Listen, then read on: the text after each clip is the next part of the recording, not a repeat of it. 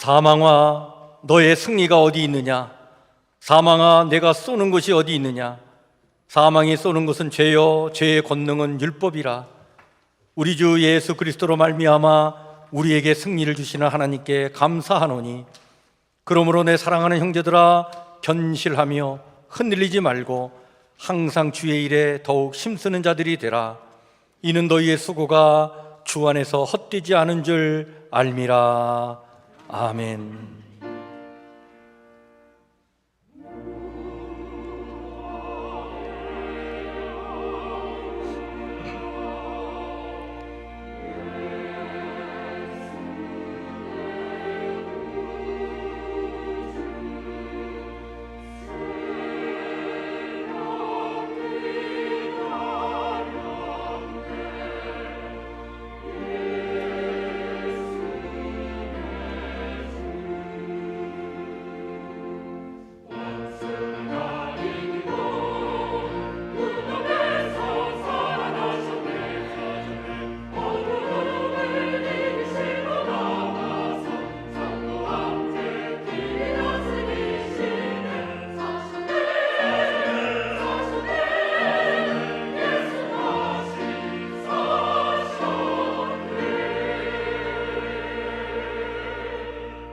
나는 전능하신 아버지 하나님, 천지의 창조주를 믿습니다.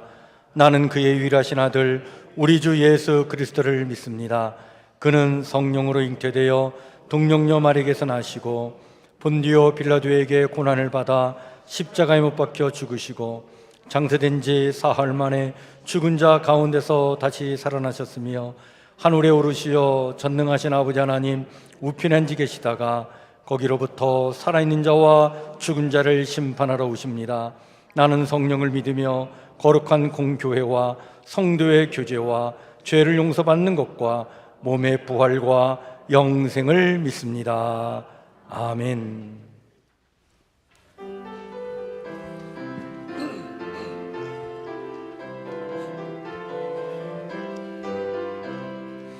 예수 부활했으니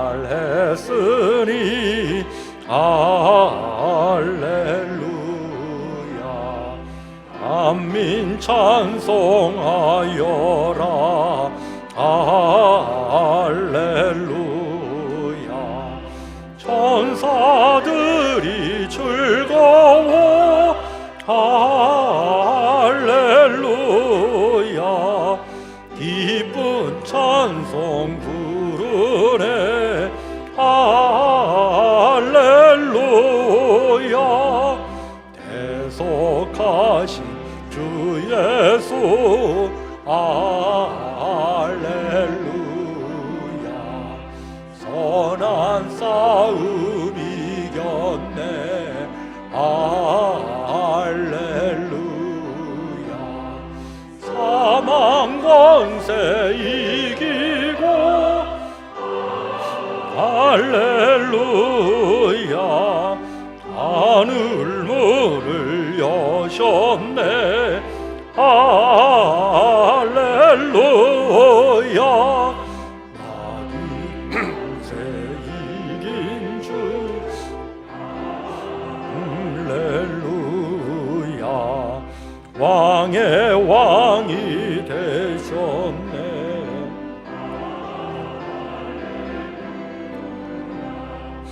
높은 이름 세상에. 할렐루야. 널리 반포하여라.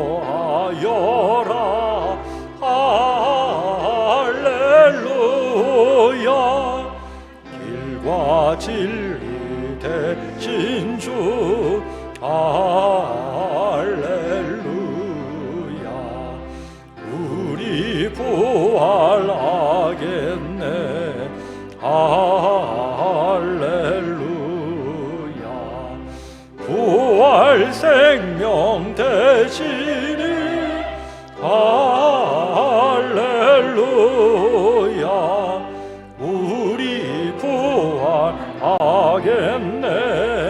할렐루야.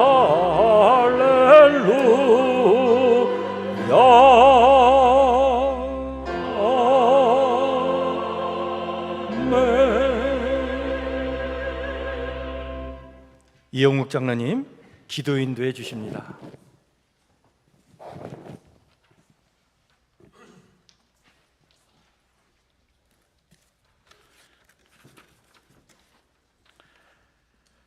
할렐루야. 생명의 근원이 되시는 하나님 아버지, 사망 권세를 이기시고 승리자로 부활하신 예수 그리스도, 존귀하신 주님의 이름을 찬양합니다. 사랑하시는 독생자 아들까지 아끼지 아니하시고 우리를 위해서 내어주신 그 사랑과 은혜에 감사를 드립니다. 부활의 능력을 경험하는 복된 시간이 되도록 축복하여 주시고 주님 앞에 바라설 수 있는 믿음을 다짐하는 귀한 시간이 되게 하여 주시옵소서. 하나님, 이 기쁘고 영광스러운 날에 부끄럽게도 저희의 약한 모습을 먼저 내려놓습니다. 주님께서 부활하심으로 말미암아 참된 소망을 주시고 교회를 굳게 세우셨음에도 불구하고 저희들은 여전히 주님의 부활을 의심하여 널리 증거하지 못했던 의심 많고 연약한 존재들이었습니다. 보지 못하면 믿지 못하는 저희를 불쌍히 여겨 주시옵소서. 권능의 주님, 국내적으로 모두가 환난의 시대에 살아가고 있습니다. 전 세계적으로 코로나로 인하여 삶이 피폐해졌고 전쟁 등으로 고통받는 백성들이 있습니다. 아버지 하나님, 저희를 이 고통과 환난에서 건져 주시옵소서. 코로나로부터 해방되며 서로가 서로를 대적하지 않는 평화를 이루는 세상이 되게 인도하여 주시옵소서. 또한 주님이 사랑하는 이 나라의 정권이 교체되는 시기입니다. 새로운 정권이 앞으로 5년간 화합하며 안정적으로 이끌어갈 수 있도록 주님께서 인도하여 주시옵소서. 부활의 주님, 주님이 사랑하시고 친히 세우신 이 교회도 부활의 소망으로 넘쳐나는 교회가 되게 하여 주시옵소서. 그동안 코로나로 침체했던 교회의 예배가 회복이 되고 다시 부흥할 수 있도록 역사하여 주시옵소서. 교회를 찾는 이가 늘어나며 그 발걸음마다 부활의 주님을 만나 감사의 찬양이 넘쳐나는 교회가 되게 하여 주시옵소서. 또한 교회의 모든 성도들이 하나된 지체로서 서로 화평을 누리며 살아갈 수 있도록 주님께서 축복하여 주시옵소서. 교회의 여러 모양으로 시험에 처한 성도들의 간구와 기도를 들으시고 응답하여 주시옵소서. 육신의 질병이 있는 자에게는 치료의 역사가 있게 하옵시고 물질의 어려움이 있는 자들에게는 넉넉함으로 채워주셔서 가정이 회복되고 또한 주신 물질로 하나님의 나라가 확장될 수 있도록 쓰임받게 하시고 믿음이 부족한 이에게 부활의 주님을 만나고 회복되게 하여 주시옵소서. 교회의 구석구석마다 헌신하는 손길들을 기억하여 주시옵시고 저희들의 수고가 교회의 힘이 되고 하나님의 나라가 더욱 확장되는 은혜를 체험할 수 있도록 인도하여 주시옵소서. 오늘도 부활의 메시지를 들고 단위에 서신 양기현 목사님의 건강을 더욱 지켜주시고 성령의 권능으로 붙들어 주시고 권세 있는 말씀으로 저희의 온 심령을 채울 수 있게 하여 주시옵소서. 부활의 기쁨을 찬양으로 올려드리는 신혼 찬양대의 찬송을 기뻐 받아주시길 바라오며 저희에게 부활이요 생명이신 예수 그리스도 이름으로 기도드리옵나이다.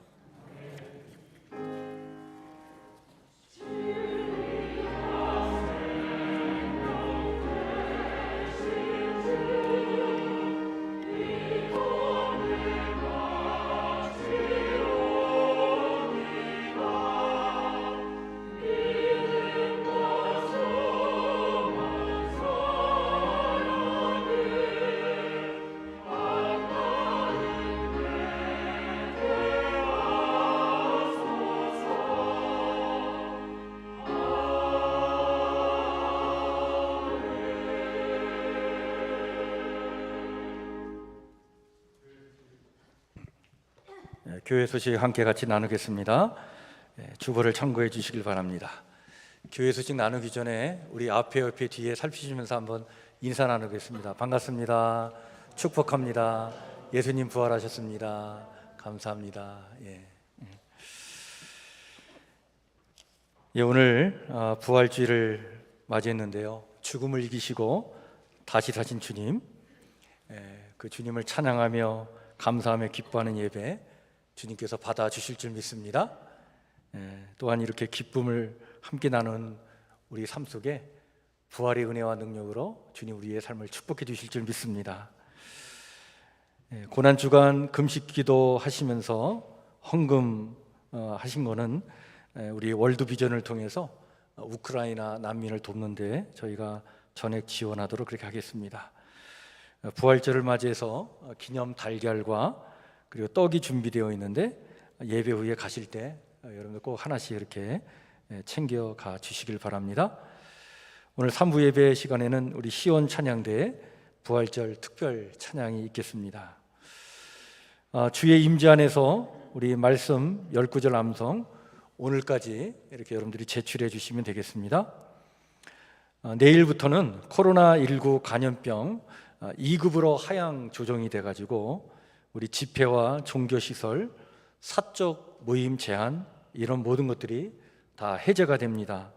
정상적으로 우리 교회의 모든 예배와 모임이 회복되는 것입니다. 특별히 교회 안에서 이렇게 또 식사 나누는 취식 금지도 4월 25일 월요일 날부터 해제되기 때문에 5월부터는 우리 교회 식당을 정상적으로 운영하도록 그렇게 저희가 계획을 세우도록 그렇게 하겠습니다. 2년 넘게 참 여러분들 굉장히 수고 많이 하셨는데 참 이 어려운 시기를 하나님의 은혜와 또 믿음을 가지고 잘 이겨내신 우리 성도님들 정말 감사드립니다.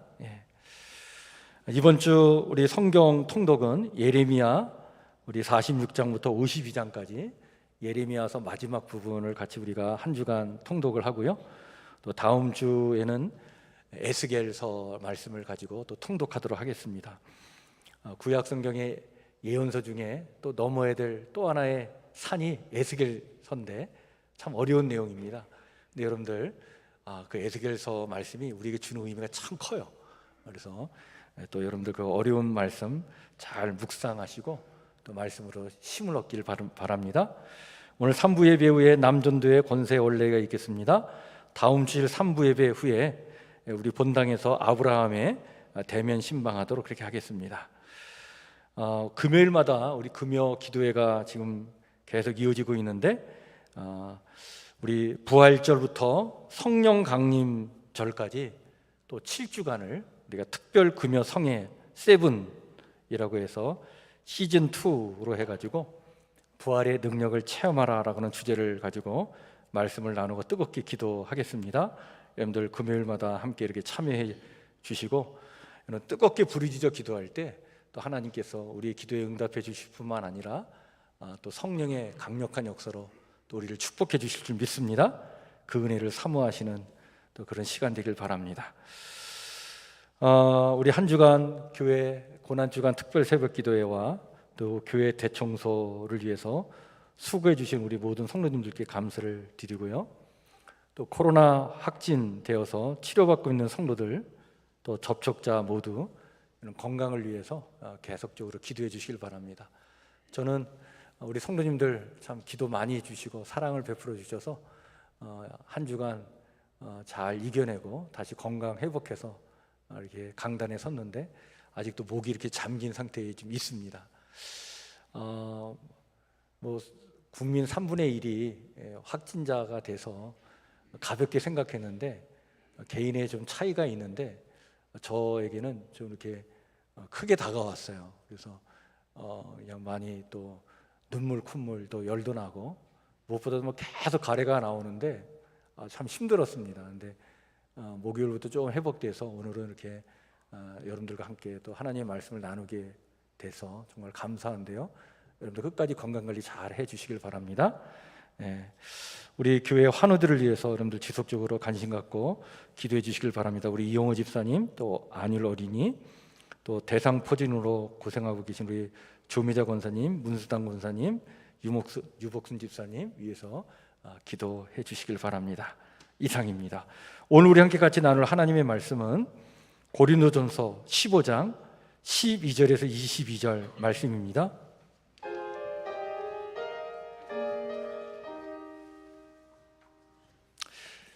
고린도전서 15장 12절에서 22절 말씀, 여러분들 찾으셔서 저와 여러분들이 한 절씩 나누어 읽도록 하겠습니다. 제가 12절 말씀을 먼저 읽겠습니다. 고린도전서 15장 12절에서 22절, 12절 말씀. 그리스도께서 죽은 자 가운데서 다시 살아나셨다 전파되었거늘 너희 중에서 어떤 사람들은 어찌하여 죽은 자 가운데서 부활이 없다 하느냐.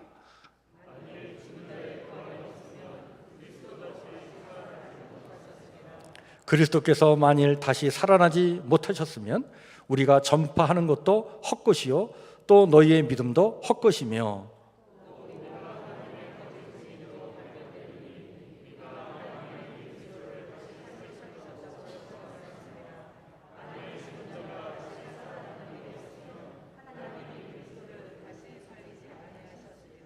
만일 죽은 자가 다시 살아나는 일이 없으면 그리스도도 다시 살아나신 일이 없을 터이요.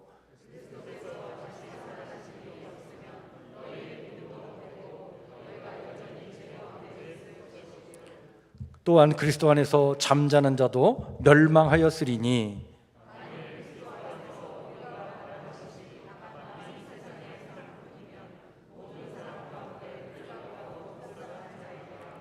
그러나 이제 그리스도께서 죽은 자 가운데서 다시 살아나사 잠자는 자들의 첫 열매가 되셨도다.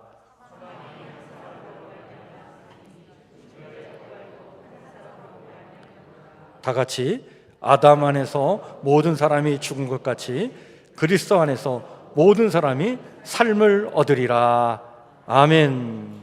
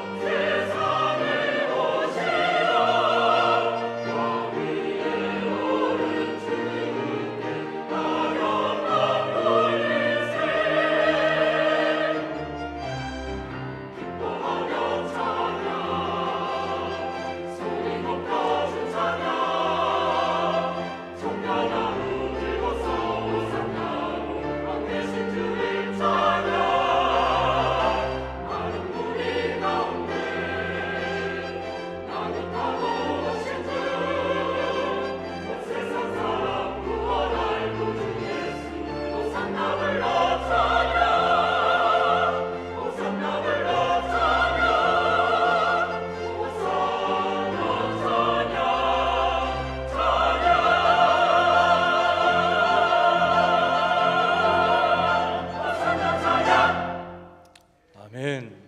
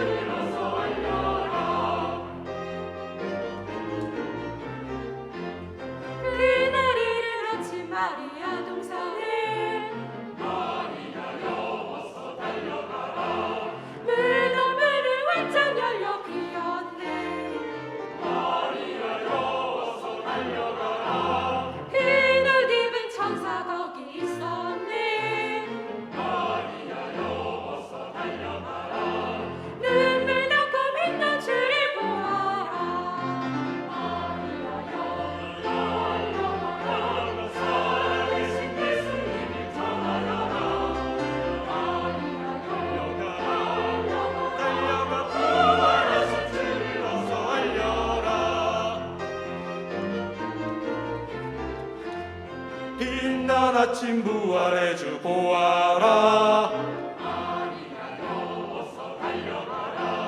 주를 보라 하늘 문을 여셨다. 마리아여 어서 달려가라. 사랑 권세께 들이신 예수님. 마리아여 어서 달려가라. 지옥 권세 물리치고 사셨다.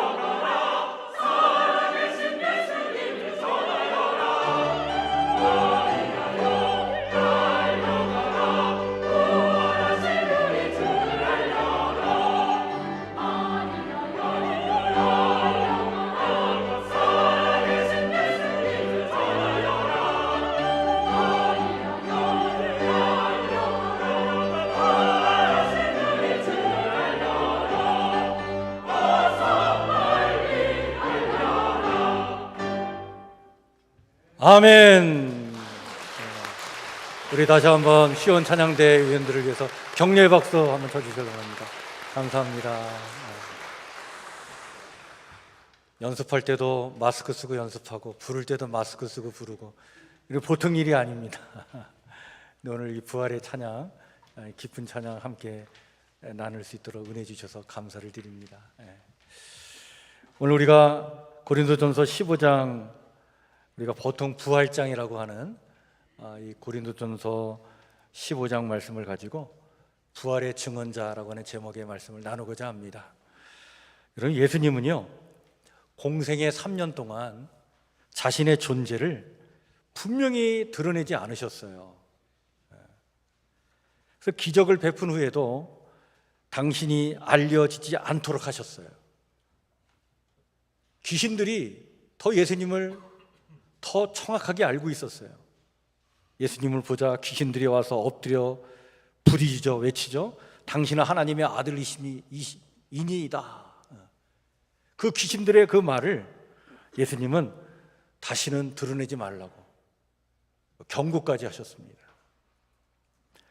해당장 야이로의 딸을 치료하신 다음에도 그 일을 아무에게도 말하지 말라고 경고까지 하시고, 또 한 번은 사람들이 귀먹고 말 더듬는 자를 데리고 예수님께 왔을 때 안서해 주기를 원했을 때 예수님은 그 사람을 따로 그 무리에서 떼가지고 따로 이끌어 가서 그의 귀에다 손을 넣고 에바다! 열려라! 이렇게 선포하고 외치시면서 기도해 주셨어요. 그가 입이 열리고 귀가 열리죠. 그런데 그에게 예수님께서 이렇게 말씀하십니다. 이 일을 아무에게도 말하지 말라. 여러분, 오병이어로 5천 명을 먹인 사건, 얼마나 놀라운 사건이에요. 이 사건을 체험한 사람들이 그 자리에서 예수님을 붙들어서 왕으로, 임금으로 삼으려고 하셨을 때 예수님은 그 무리에서 벗어나셔가지고 홀로 한적한 곳에 가셔서 기도하셨어요. 그리고 당신을 언제나 이렇게 소개할 때 당신을 향해서 이런 호칭을 사용하셨어요. 인자, 사람의 아들이라는 뜻이죠. 어떻게 보면 참 모호한 표현이에요. 이 인자라는 표현은요, 이 구약 성경에 보면 에스겔서에 하나님께서 에스겔 선지자를 향해서 부르실 때 그때 사용한 호칭이에요. 인자야, 내 발로 일어서라. 내가 네게 말하리라. 그런데 예수님은 이 인자라는 개념을 즐겨 사용하셨어요.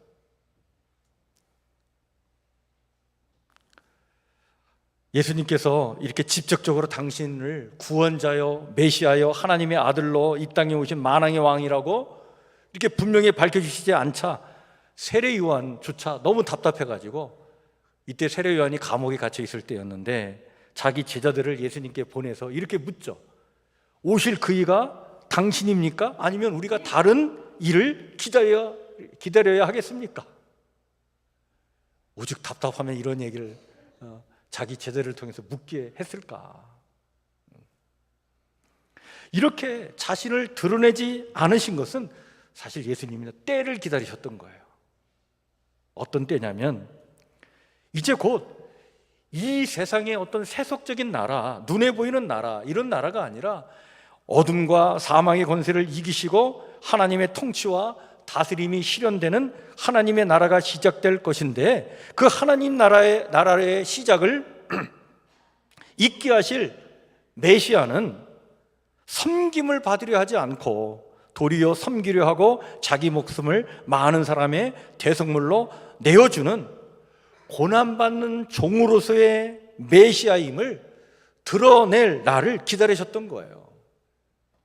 사실 여러분, 예수님 당시에 그 유대인들 상황에서는 메시아가 고난받는 종으로 오신다? 이게 잘 이해가 되지 않았어요. 그러한 메시아도 기대하지도 않았습니다. 생각지도 못했어요. 그러나 예수님은 이사야 선지자의 예언, 곧 그가 찔림은 우리의 허물 때문이요 그가 상함은 우리의 죄악 때문이라, 그가 징계를 받음으로 우리는 평화를 누리고 그가 채찍에 맞음으로 우리는 나음을 받았도다라고 하는 이 말씀처럼 당신의 고난을 통해 인간의 모든 허물과 그 죄악이 용서되고 구원되며 그 심령들 속에 이루어질 하나님의 나라가 명확히 드러날 때까지는 자신의 존재를 명확히 드러내지 않으셨던 거예요. 하물며 당신의 존재를 알릴 수 있는 가장 절호의 찬스가 있었어요. 그게 바로 여러분들 지난주 종료주일이었어요. 그 6월절에 예수님께서 예루살렘에 입성하지 않습니까? 절호의 기회였어요. 당신을 세상에 알릴 수 있는 너무나 좋은 찬스였는데, 그러나 그렇게 하지 않으셨어요. 당시의 역사가였던 요세푸스의 역사 기록에 의하면 6월절에 유대인들이 예루살렘에 몇 명 정도 모였냐면 한 300만 명 정도 모였대요. 엄청난 숫자입니다.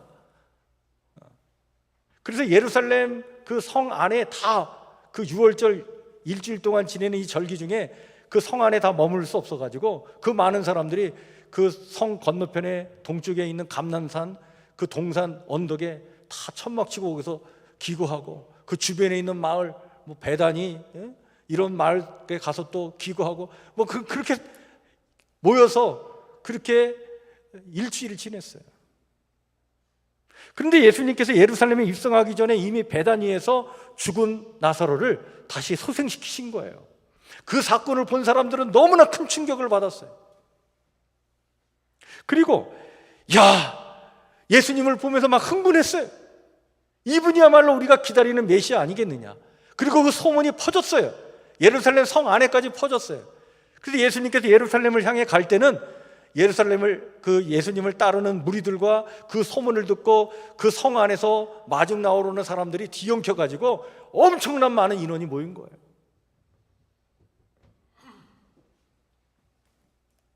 그런데 예수님은요, 그 절호의 기회였지만 당신 자신을 드러내지 않으십니다. 그냥 나귀 새끼 타고 예루살렘에 입성하시죠.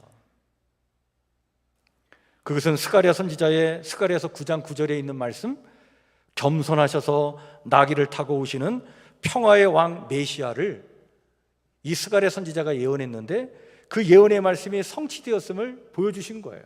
그것뿐이었어요. 왕이 말을 타면 전쟁을 의미하는 거예요. 근데 왕이 나귀를 타면 평화를 의미하는 것입니다. 그래서 구약 성서 시대에는 왕이 즉위식을 할 때는 반드시 나귀를 타고 왕 즉위식을 했어요. 기름 부음을 받는 의식을 치렀어요. 왜냐하면 왕의 즉위를 통해 이제는 이 땅에 안정과 평화가 깃들게 될 것이다 라고 하는 소망을 가지고 나귀 타고 왕 즉위식을 한 거예요. 예수님은 그냥 그것을 보여주실 뿐이었어요. 물론 사람들은 막 흥분해가지고요, 예수님께서 나귀 타고 예루살렘에 입성하니까 자기의 겉옷을 벗어가지고 막 길에다 깔아놓고, 나뭇가지를 꺾어가지고 길에다 깔아놓고, 또 종려나뭇가지를 꺾어서 막 흔들고 그렇게 했어요. 근데 여러분, 이 종려나무를 가지고 흔드는 것은 이유가 있었던 거예요. 예수님이 이 땅에 오시기 전 한 160년 전에 이 유대 땅에 어떤 일이 있었냐면, 시리아라고 하는 나라가 이 팔레스타인을 지배했었는데, 그때 시리아의 안디오코스 에피파네스라고 하는 왕이 이 유대인들을 엄청나게 탄압을 했어요. 그 유대인들의 그 예루살렘 성전을 엄청나게 막 모욕을 했어요. 이 시리아의 왕은 헬레니즘 사상에 완전히 심취한 사람이라 그 그리스 로마 신화에 나오는 신들을 섬겼는데, 제우스 신을, 이 신상을 예루살렘 성전 안에다 세워놓은 거예요. 그리고 유대인들이 그렇게 싫어하는 돼지를 잡아가지고 그 돼지 피를 제단에다 막 뿌려놓고 제사장들을 막 죽이고, 이런 일을 지켜보다가 너무 그 치욕스러운 일을 당하던 이 유대인들이 더 이상 참을 수 없어서 혁명을 일으킵니다. 이때 이 혁명 세력을 이끈 한 가문이 시몬 마카베오라고 하는 가문인데, 이때 일어난 혁명이 마카비 혁명이에요. 이 혁명을 통해서 시리아와 싸워서 전쟁에 이겨가지고 독립을 하게 돼요. 그래서 하스몬이라고 하는 왕가를 세우게 되는데, 한 100년 동안 하스몬 왕가가 이때 있게 됩니다. 그 하스몬 왕가가 나중에는 이제 로마 제국에 의해서 망하게 되고, 로마가 이제는 그 땅을 지배하고, 예수님 당시에는 로마가 이제 지배하던 상황인데, 이 마카비 혁명에서 승리하고 예루살렘에 그 혁명가들이 들어올 때, 그때 백성들이 종려나무까지를 흔든 거예요. 종려나무는 의인을 상징합니다. 당신들이야말로 의인 중에 의인이다. 그러면서 종려나무까지를 흔들면서 맞이한 거예요. 그 과거의 그 역사를 그들이 추억하면서 다시 한번 예수님을 향해서 종려나무까지를 흔든 것은 뭘 의미하냐면, 당신이 우리의 그런 정치적 메시아가 되어달라는 거예요. 그러면서 그들은 호산나 찬송하리로다, 주의 이름으로 오시는 이 곧 이스라엘의 왕이시오라고 외치죠. 호산나, 우리를 구원하소서. 이 지긋지긋한 이 세상에서 우리를 구원해달라고. 이 더러운 세상이 뒤집혀져야 우리가 살맛나는 세상이 되는데, 당신이 반드시 우리에게 그런 구원을 베풀어 달라고. 자기들의 소망을 예수님께 투사하면서 그 호산나 호산나라고 하는 함성을 부르짖은 거예요. 여러분, 이 함성이 막 울려 퍼졌을 때 가장 긴장한 사람들이 누굴까요? 바로 로마 사람들이죠. 로마 군인들이었어요. 봉기가 일어날까 봐. 그래서 당시에 이 로마 군인들은요, 명절 때만 되면 군인들을 이끌고 한번 그 예루살렘 성을 한번 이렇게 행군하듯이 이렇게 돌아다니면서 시위를 했다고 그래요. 너희들 조심해, 우리가 지켜보고 있어. 꿈도 꾸지 마라. 그렇게 했대요. 그런데 이런 막 소리가 막 함성 소리가 울려 퍼지니까 얼마나 긴장했겠어요. 그럼에도 불구하고 예수님은 이런 상황 속에서도 그냥 묵묵히 당신의 길을 가신 거예요. 십자가의 길을 가시는 거예요. 고난받는 종으로서의 그 길을 가신 거예요. 결국에는 유대인의 왕이라고 하는 죄명을 뒤집어 쓰시고 주님은 십자가에 매달리셨어요.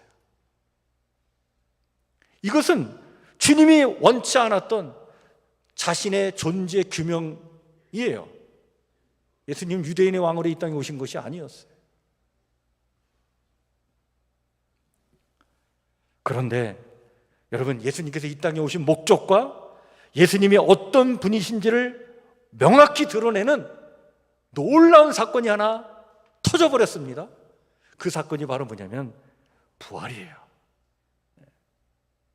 부활을 통해 그때서야 예수님은 당신의 존재를 명확하게 이 세상에 드러내신 거예요.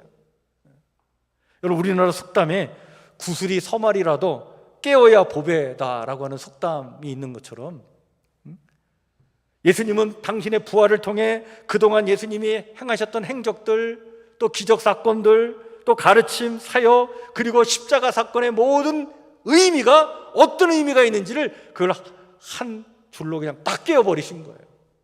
당신이 어떤 존재로 이 땅에 오신지를 드러내 주신 거예요. 예수님은 실로 당신을 믿고 따르는 자를 사망에서 생명으로, 흑암의 권세에서 사랑의 아들의 나라로 구원하시는 구세주요, 오직 하나님의 사랑과 은혜로만 충만한 그 하나님의 나라가 이 땅에 실제한다는 사실을 보여주신 거예요. 우리가 사는 세상이 그냥 눈으로 보이는 세상뿐이 아니라는 거예요. 그 하나님 나라의 처음이요 끝이 되시는 분이 누구시냐? 바로 이 땅에 알파와 오메가로 오신 주님, 그 하나님의 나라를 이 땅에 성취하시기 위해서 오신 아멘이신 주님, 그 주님인 것을 드러내신 거예요. 그리고 그 부활의 주님을 믿고 의지하며 사는 성도는 이제 더 이상 죄와 사망에 매여 살지 않으며 오직 영원한 생명에 잇대어 살고 하나님의 사랑과 은혜에 매여 사는 존재요, 육신으로는 이 땅에 발을 딛고 존재하고 살지만 이미 영으로는 천상적 존재로 동시에 하나님 보좌 앞에 있는 하나님의 자녀가 되었다는 사실이죠.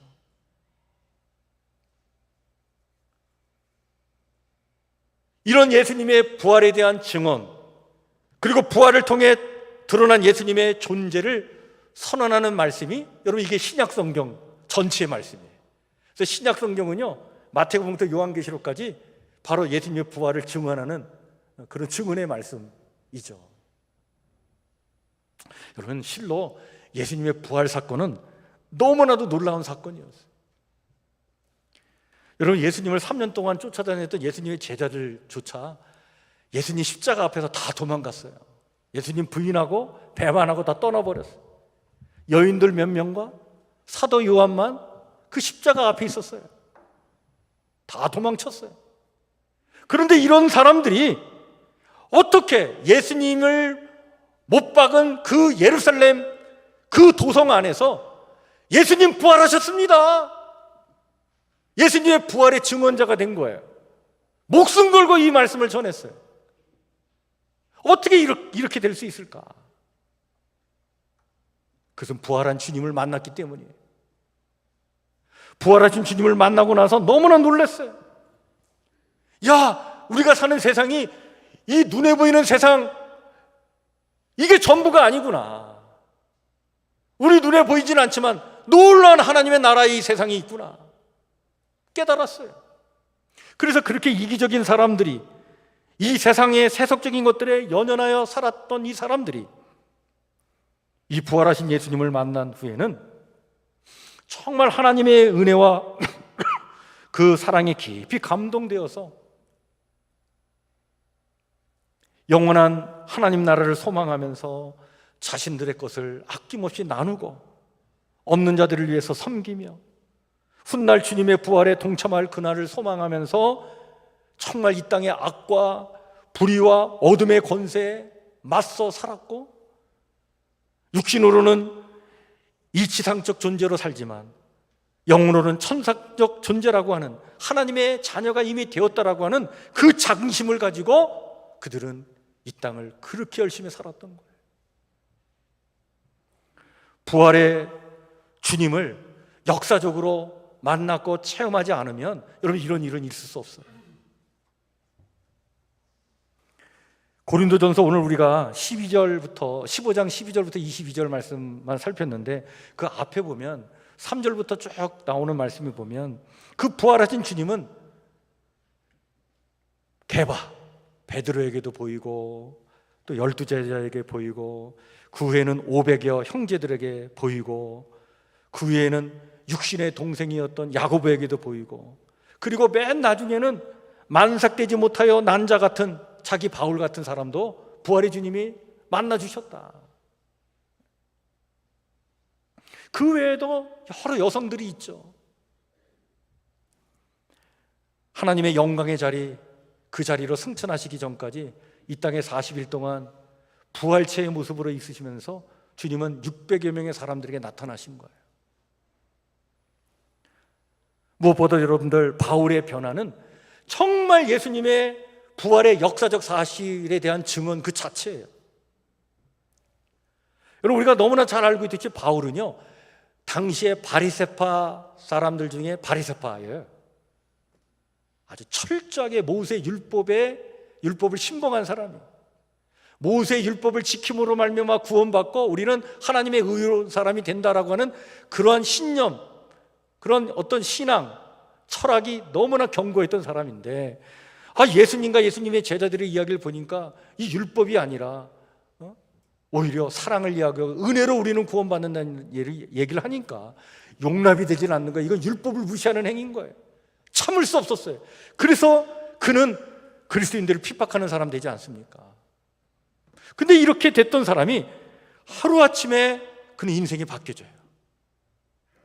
여러분, 이 바울은요, 당시에 바리새파라고 하는 유대의 그 파는 유대인들 중에 가장 큰 공동체예요.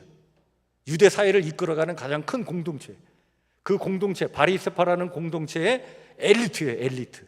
그게 바울이었어요. 이랬던 사람이 당시 유대 사회의 가장 소수인 공동체, 그리스도인 공동체, 예수님을 구세주로 믿는 이 신앙 공동체의 일원이 돼버린 거예요. 있을 수 없는 일이에요. 왜냐하면 그렇게 되는 순간 바울은 자기 바리새파 사람들로부터 타겟이 된 거예요. 미움을 받을 수밖에 없고 공격받을 수밖에 없고 생명의 위협을 느낄 수밖에 없는 그런 삶을 살아야 되는데, 그럼에도 불구하고 바울은 자신 있게 예수님은 부활했다고 하고 있지 않습니까?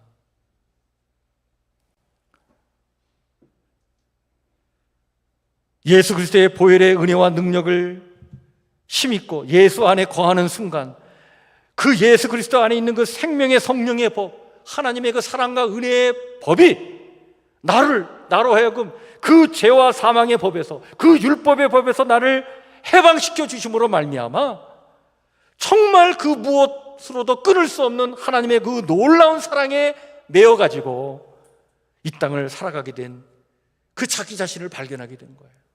그 하나님의 놀라운 사랑을 깨달아 체험하게 된 거예요. 이 복음이죠. 이게 복음. 이 복음을 체험한 이 바울은 이 복음을 전하다가 끝내 그것 때문에 그는 순교를 당하지 않습니까? 여러분, 부활 사건이 역사적 사실이고 부활하신 주님을 만나지 않았더라면 여러분, 바울의 인생이 이렇게 변화될 수 없어요. 오늘 고린도전서 우리가 15장 12절부터 22절 말씀을 살폈는데요, 이 고린도 교회에 예수님이 부활하셨다고 하는 이 역사적 사실을 의심하는 성도들이 생긴 거예요. 그래서 바울이 이 소식을 듣고는 이 교회 성도들에게 이 부활에 대해서 내가 확실하게 좀 권면의 말씀을 전해야 되겠다 그래서 기록한 부분이 이 고린도전서 15장 말씀이에요. 여러분, 오늘 우리는 어떤가요? 예수님의 부활을 믿습니까? 아니면 의심스럽습니까? 네. 요즘 젊은이들이 너무 과학 만능주의 시대에 살다 보니까 모든 것들을 과학적 사실이 아니면 잘 믿지 않으려고 해요. 여러분, 이 세상에는 과학적 사실뿐만 아니라 역사적 사실도 있는데 과학적 사실만을 그거를 자꾸 믿으려고 해요. 여러분, 과학적 사실이라는 것은 2000년에 일어난 사건이 오늘도 일어나야 돼요. 그게 경험되고 계측되어야 돼요. 그렇지 않으면 과학적 사실로 인정받을 수 없어요. 근데 역사적 사실은 과거에 일어난 한 사건으로 끝나요. 그 사건을 체험한 사람들은 몇 사람에 불과해요. 주관적 사실이죠. 그 상호 주관적 사실로 기록된 것이 역사에 남아있을 뿐이에요. 근데 그 역사적 사실은 굉장히 중요한 거죠. 근데 그 역사적 사실을 자꾸 받아들이지 않으려고 해요. 왜? 오늘의 그런 일이 일어나지 않는다고 생각하니까. 한 번은 어떤 청년이요, 저를 찾아왔어요. 아주 심각한 표정으로 저에게 질문을 하는 거예요. 자기가 성경을 읽어보니까 마태복음, 마가복음, 누가복음, 요한복음, 사복음을 읽어보는데 예수님의 부활을 기록한 그 기록 부분을 천천히 살펴보니까 예수님의 부활을 체험한 사람들이 다 다르다는 거예요. 마태복음에는 막달라 마리아와 다른 마리아가 나오고, 마가복음에는 막달라 마리아와 야고보의 어머니 마리아와 살로메가 나오고, 누가복음에는 막달라 마리아와 그 야고보의 어머니 마리아와 살로메는 안 나오고 요한나가 나오고, 요한복음에는 막달라 마리아 한 사람만 나와요. 너무 차이가 있잖아요. 아니,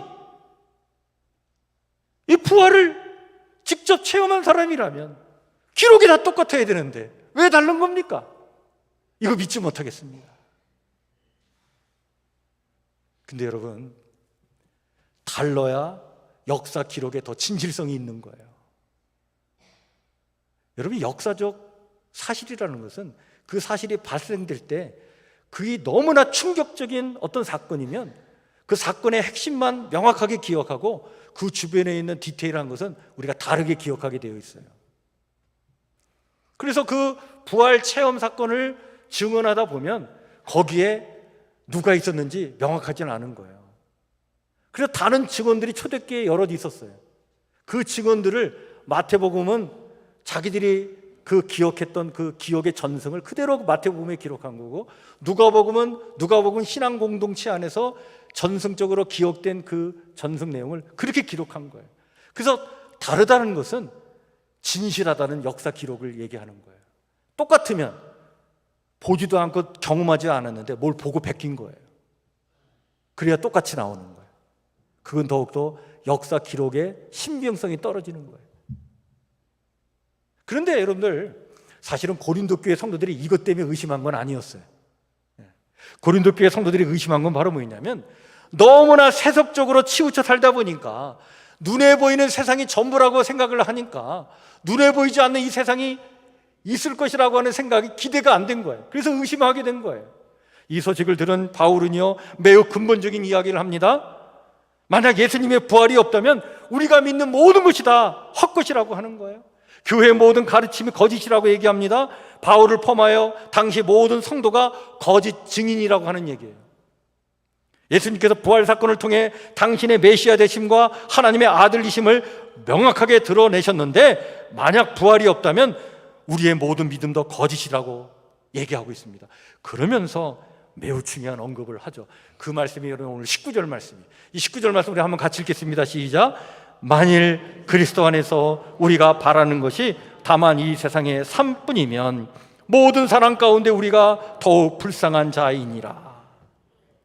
부활이 없다면, 우리는 이 세속적인 삶만을 위해 그냥 이 땅을 살 뿐이라고 한다면, 그것이 우리의 인생의 전부라고 한다면 우리야말로 정말 불쌍한 인생들이 아니냐 말이야. 그러나 그렇지 않다는 거예요. 예수님은 부활하셔서 잠자는 자들의 첫 열매가 되셨다는 사실이죠. 사망이 죄를 지은 아담으로 말미암아 모든 사람들에게 주어졌다면 부활도 예수님으로 말미암아 모든 이들에게 주어진 축복이라는 거예요. 따라서 그리스도 안에 있으면 모든 사람이 22절에 영원한 생명, 하나님의 그 영원한 사랑, 그 은혜를 얻으리라 이렇게 선포해주고 있는 거예요. 이 땅에서의 삶이 전부가 아니라는 사실입니다. 새로운 세상, 영원한 세상이 반드시 있다는 사실이죠. 그래서 여러분 고린도전서 15장 뒷부분에 가면 51절에서 58절에 바울은 이렇게 힘차게 외칩니다. 보라, 내가 너희에게 비밀을 말하노니 우리가 다 잠잘 것이 아니요 마지막 나팔의 순식간에 호련히 다 변화되리니 나팔 소리가 나매 죽은 자들이 썩지 아니할 것으로 다시 살아나고 우리도 변화되리라. 사망아, 너의 승리가 어디 있느냐? 우리 주 예수 그리스도로 말미암아 우리에게 승리를 주시는 하나님께 감사하노니 그러므로 내 사랑하는 형제들아, 견실하며 흔들리지 말고 항상 주의 일에 더욱 힘쓰는 자들이 되라. 죄도 사망도 죽음도 우리를 지배하거나 우리를 이기지 못한다는 거예요. 주님의 부활은 이 모든 것들로부터의 승리이고 우리에게 이 승리를 보장해주는 은혜를 베풀어 주셨기 때문에 이것들은 우리를 이길 수 없다는 거예요. 이 세상의 삶이 끝이라면 죽음이 늘 두렵죠. 죽음에 지배되어 살아갈 수밖에 없어요. 사망이 우리를 늘 압도해서 그 압도당하여 살아갈 수밖에 없죠. 근데 우리는 부활을 믿기 때문에 그 죽음과 사망을 두려워하지 않는 거예요.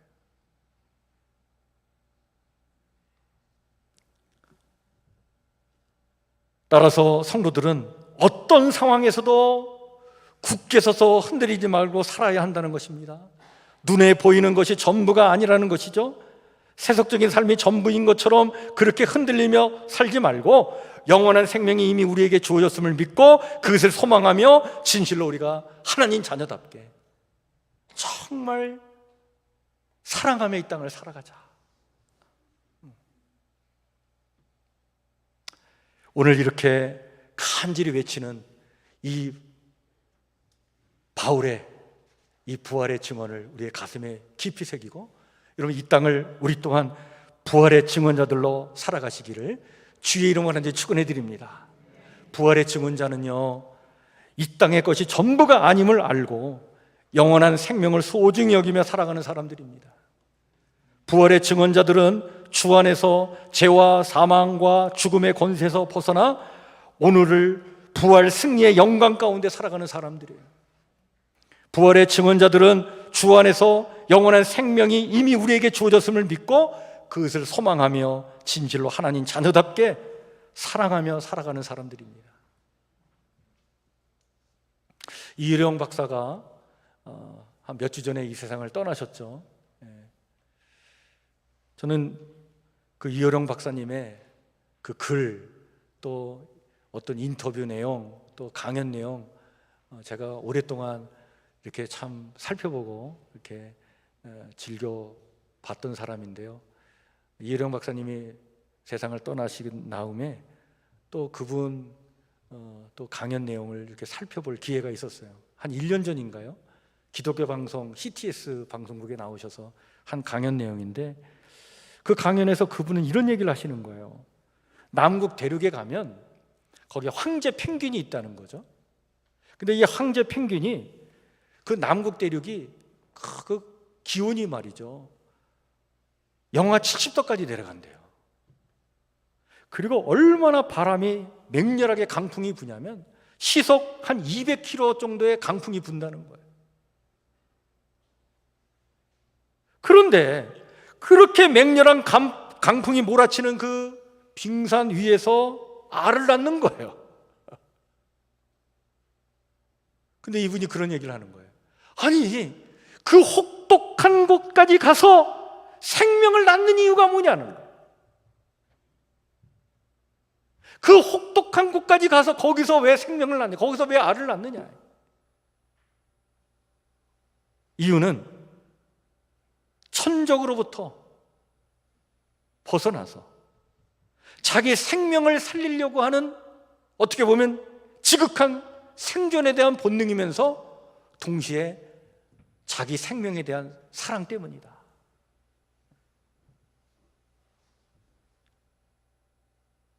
이 얘기를 하면서 그 이어령 박사님이 이 얘기 하시는 거예요. 하나님의 사랑이 이와 같습니다. 제가 아주 깊은 감동을 받았어요. 그렇습니다. 극한의 고통까지 감수하며 인간을 사랑하시는 그 사랑, 어찌 보면 참 미친 사랑이죠. 그러나 놀랍고 숭고한 사랑이지 않습니까? 그것이 하나님의 사랑이라는 거예요. 그 극한의 십자가 고통을 통해 우리에게 영원한 생명을 주시려고 그 십자가의 길을 가신 거죠. 그리고 우리에게 주어진 그 영원한 생명이 진실임을, 그게 진실임을 드러내시고자, 입증하시고자 주님 부활하셨습니다. 따라서 십자가는 그 하나님의 놀라운 사랑을 우리에게 보여준 사건이라면, 주님의 부활은 그 사랑이 진실임을 우리에게 드러내준 사건이 주님의 부활 사건이에요. 이 영원한 생명을 얻은 하나님 자녀답게 부활의 믿음과 소망을 가지고 여러분, 이 땅을 힘있게, 용기 있게, 하나님 눈에 보이지 않는 하나님의 나라가 분명히 있음을 믿는 그 믿음을 가지고 활기차게 이 땅을 살아가는 우리 성북교회 성도들 모두가 되시기를 주의 이름으로 하나님 축원해 드립니다. 할렐루야. 아멘. 오늘 주신 말씀을 마음에 깊이 새기면서 이런 찬송가 165장 우리 같이 힘있게 찬양 부르시면서 준비한 힘을 하나님께 봉헌해 올립니다.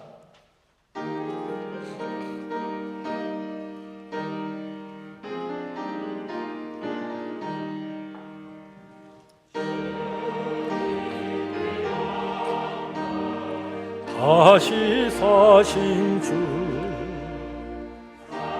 왕권세 모두 이기시네. 흰 옷 입은 천사 돌을 옮겼고 누셨던 곳은 비어 있었네. 님께 영광, 다시 사신 주 만권세 모두 이기시었네. 부활의 주님 나타나시사 두려움과 의심 물리치셨네. 주의 교회 기뻐 찬송하리라.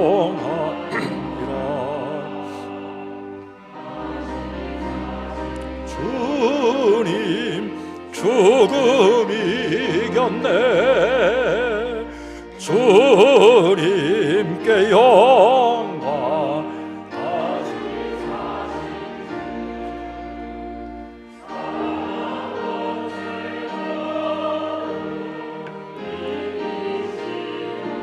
삼절은 일어서서 생명의 임금 영광의 주님, 주님 없는 삶은 어떨 뿐이라.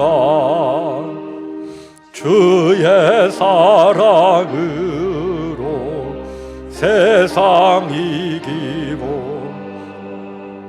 요단 건너 본향 가게 하소서. 주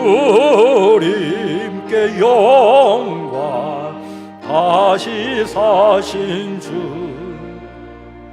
사망 권세 모두 이기시었네.